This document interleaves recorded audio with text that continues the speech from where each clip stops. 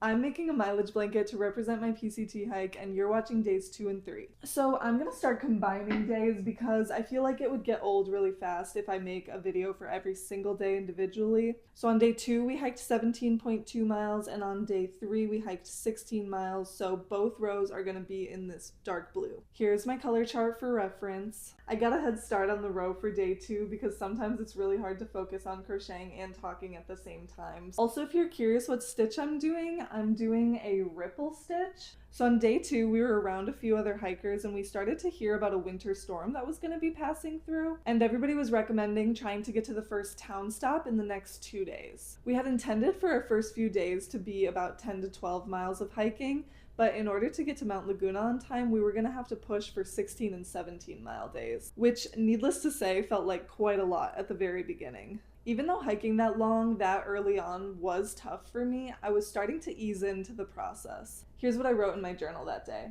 Today was better, exhausting, but I felt more confident out there. The low of the day was the climb in the heat of the day that was 1,000+ elevation gain in under 2 miles. We had to take a lot of breaks because I was struggling, but I told Terry that sometimes I just have to be dramatic to push through.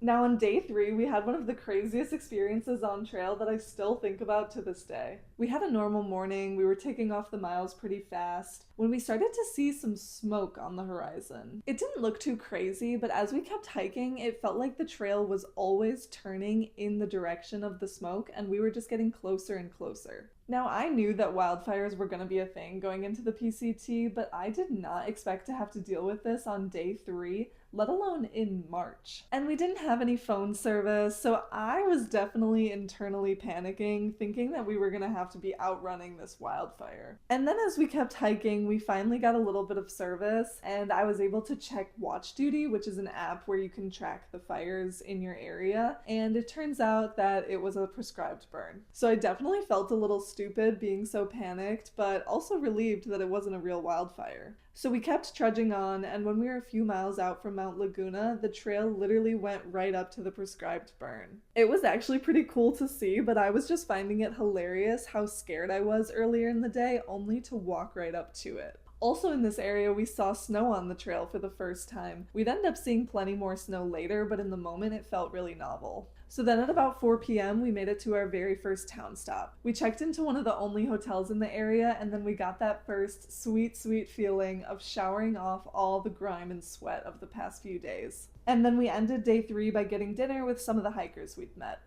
Alright, thank you for watching days 2 and 3. Here is where we are on the blanket now. Follow for more.